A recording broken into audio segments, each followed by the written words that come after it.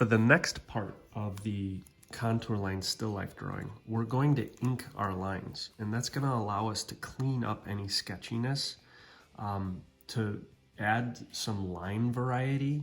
One of the things that you can do as an artist when you're drawing contour lines to make them a little bit more interesting is you can vary the thickness of the lines. This is called line variation. So I'll show you how to do that with a combination of the thicker and the fine-tipped Sharpie markers.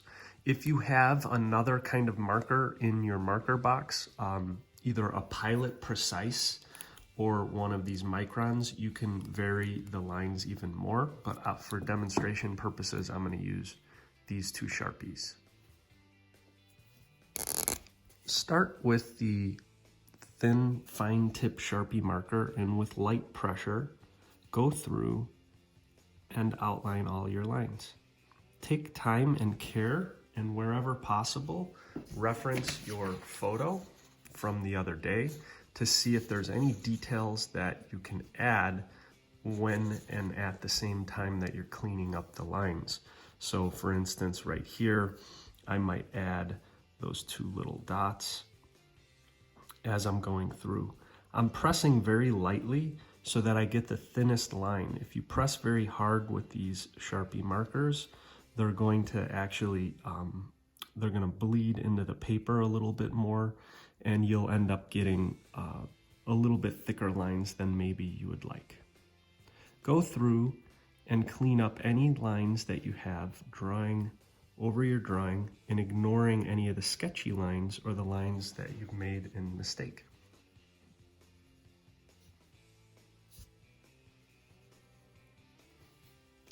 Over here, you'll notice that my line, I dashed it in some random places, and that gives the illusion that the line is even thinner than it is. So I tend to do that on edges that aren't as sharp. It's just something you can try and experiment with. Not all lines have to be the same thickness. That does a really nice job of getting variety to the marks that you're making, especially if there's lines that aren't very distinct, like all of the lines that are inside this little glass viewfinder. So those, again, I'm not going to draw as solid lines. I'm going to experiment with pressing very, very lightly and seeing what happens when I dot and dash the lines a little bit, just to suggest that they're there, but not have them be as sharp. Once completed, you can add some line variety by going and switching to the Sharpie, the thicker Sharpie marker. Now, one of the ways that you can go about doing this is pretending that what you're doing with this sharper line is emphasizing shadow areas of the image, because naturally those shadows would be darker. So if I pretend that I have a light source coming from above my objects pointed down below, it'll give me an indication of where I would want to draw those darker lines.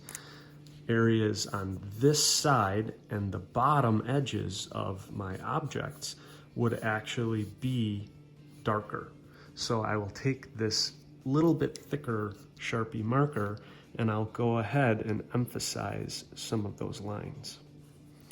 And again, I'm not pressing very dark. I'm not pressing very hard, because what I want to do is just have a subtle transition of those darker lines. So by going through and emphasizing some of those edges, I can create a lot of interesting line variety. So I'm going to go through and pick out a few of these edges to emphasize with this new line.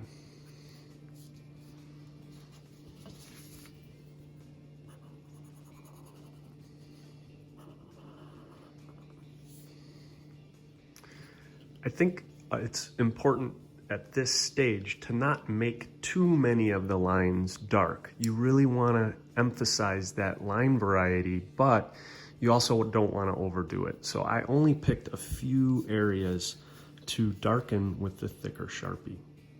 One of the techniques that I do like using when I do this is slowly releasing pressure towards the end of the line. So if I start really dark and I press hard, I'll lighten up my pressure until the line sort of naturally tapers off as I let go of it. At this point now, I'm going to go back to the thin Sharpie and I'm going to clean up these lines.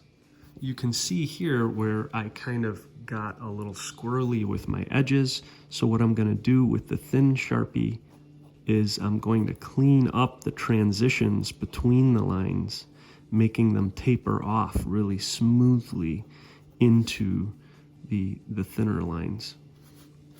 So I'm going to go through and just clean up the transitions.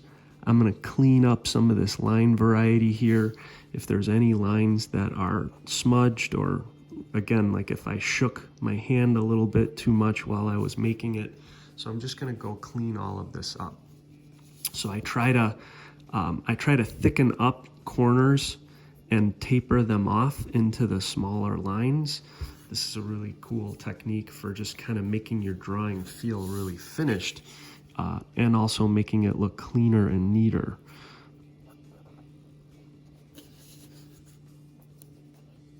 So again, in this area, I'm gonna kind of wrap around that corner and just kind of clean up all of it. Again, be careful not to overdo this. You're just trying to clean up some edges.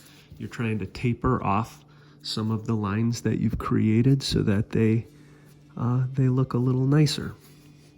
So I just made like a nice little taper to that edge.